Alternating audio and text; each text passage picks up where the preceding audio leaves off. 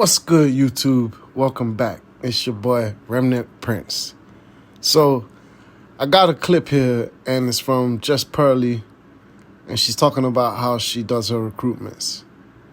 I thought it was quite interesting, so check it out. Let's get into it. What up, guys? Welcome to the Just Pearly Things YouTube channel, and welcome to Morning Water Thoughts. I wasn't sure if I was going to address this because I honestly thought it was really stupid, and I didn't really feel like I owed people an explanation of how I recruit for my show, but I've gotten a lot of questions about it, so for the people that are genuinely curious and not accusing me of things, I will tell you.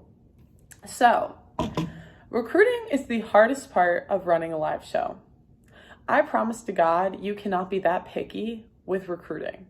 You can't. Because getting people 4 times a week in studio is incredibly difficult. Incredibly difficult. That is the hardest part of the job. So when I first started, what I did was I recruited people through Instagram. So this is when the show is in its very, very early stages.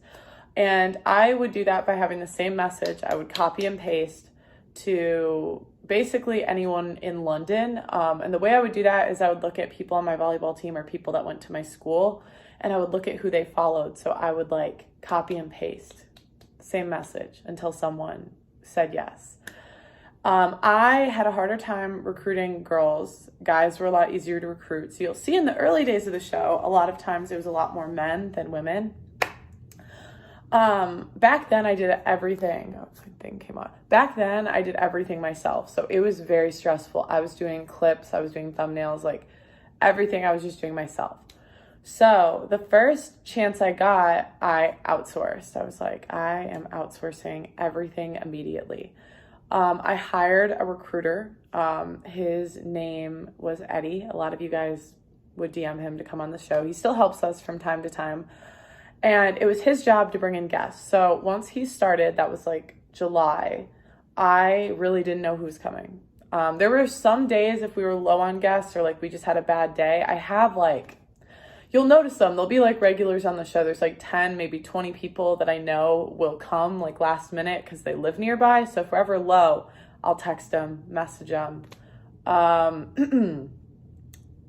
Then recently we hired an agency.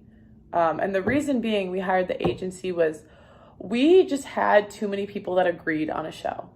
And I just don't think it's productive to have a conversation where everyone agrees. I just think it's kind of boring, and those are boring shows. And I think what's interesting is you can bring people on 2 opposite ends of the spectrum to disagree. I don't care if it's a 304 OnlyFans model. I don't care if it's a educated Oxford feminist. I've had those on the show. I don't care if they disagree with me because they believe in polygamy. I don't care if they disagree with me because anything, really. I prefer people that disagree. I think it makes for better content, and I think it makes for better conversations. So when I tell my recruiters, I tell them the number one thing is that I want people that disagree with me. That is the only, and I like talking to more women than men because women, they just tend to, how do I put it, show up less. So I always say to overbook on women because typically they have a higher flake rate in general, all women. And to the people that accuse me of only having one type of woman on my show, clearly has not watched my show, because I have regular women that are clearly not 304s. My friend Jess, she works with me. She's always on the show. She's not a 304. We're helping one girl start a channel. Her name's Auntie. She's a 50-year-old lady, and she just, it's very opinionated and funny. So I don't even know if this video is worth making, but I just got so many questions on the recruiting process and accusations without even asking me. So that's how I recruit. So yeah, every day I don't know who's coming. I say to prioritize women and prioritize people that disagree. And I have a list of regulars that, if all else fails, can come on the show. Those are men and women. I think there's maybe 2 or 3 that are quote unquote 304s, but I wouldn't even go that far. I would just say they're more like feminists than 304s. But yeah, that's how I recruit. So if you guys were curious, there it is. Okay, bye. Now, I'm not sure how legit this is. I mean, I do take Pearl as a straightforward type of person, you know, straight shot. I think she did get a lot of flack about it.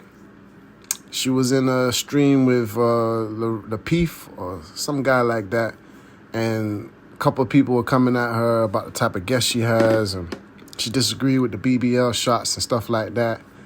So I think that's probably why she did this video. I mean, I think that it is easier to generally get guys on the show, you know, especially in today's time, than it is to get females on the show. So you see a lot of females and a lot of guys, because the show now, it seems to be a lot more successful than when she first got started. It has taken off quite quickly. So yeah, you know, that's my 2-piece on it. Thanks for tuning in. Don't forget to give your boy a like, a comment, and subscribe. Till next time.